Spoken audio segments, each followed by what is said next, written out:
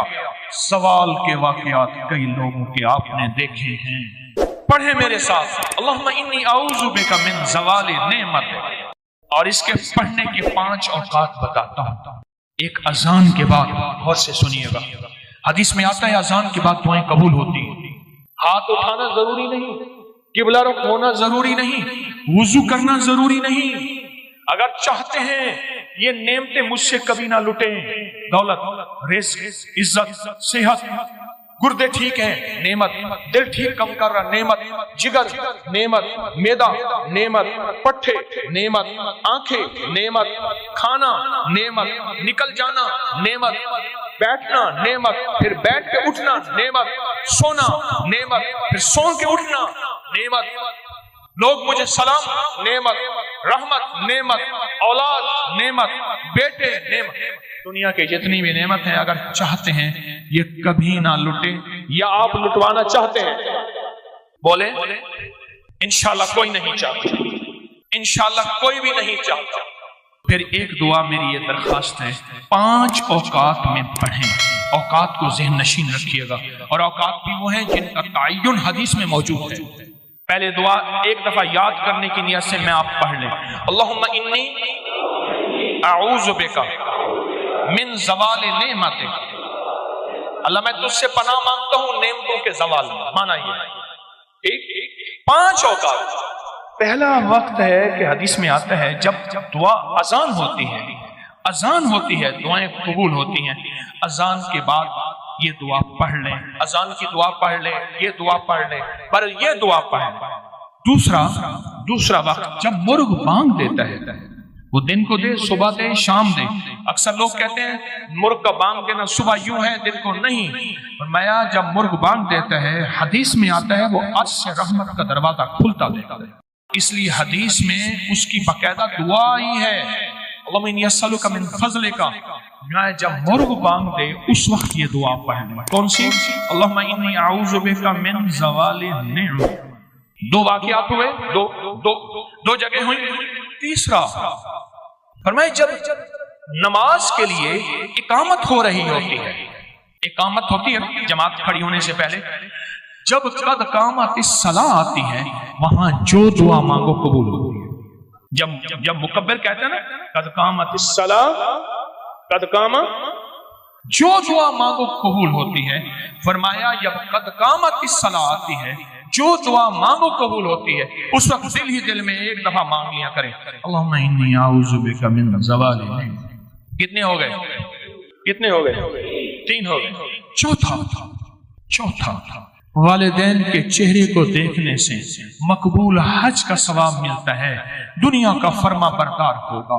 رات ایک جگہ بیٹھا تھا میں، کہنے لگے والد صاحب کا خون آتا تھا، کھڑا ہو جاتا تھا، والد صاحب ان کا نام عارف تھا، کہنے لگے والد صاحب مجھے کہتے تھے عارف، میں ایک دم کہا بچے کہتے تھے بابا کیا ہوا، دادا کا خون آیا، کہا بیٹا والد کا ادب کر کر کے اب وہ پختگی ہو گئی ہے، اب ذہن میں وہ ادب بیٹھ گیا ہے، جو والدین کے چہرے کو دیکھ کے یہ دعا پڑھے گا، کیونکہ وہ لمحہ ایسا ہے اور میں بھی اس لمحے میں اللہ کہتا ہے مقبول حج کا ثواب مل گیا۔ اس لمحے میں جو بندہ یہ دیکھ کے پڑھے گا اللہم انی اسألک، اللہم انی اعوذ بک من زوال نعمت۔ کتنے بندے ہو، کتنے ہو گئے؟ اور آخری سن لیں بڑے غور سے، بہت غور سے سن لیں، بہت توجہ سے سن لیں۔ کبھی آپ کو موقع ملے سفر کا کہیں بھی، یہ کراچی میں بھی آپ پل میں پردیسی ہو جاتے ہیں، کہاں لمبے سفر ہیں کراچی کے، لاہور کے، بڑے بڑے شہروں کے، اللہ سے کہہ دیں کہ اللہ میں مسافر ہوں، اللہ میں پردیسی ہوں۔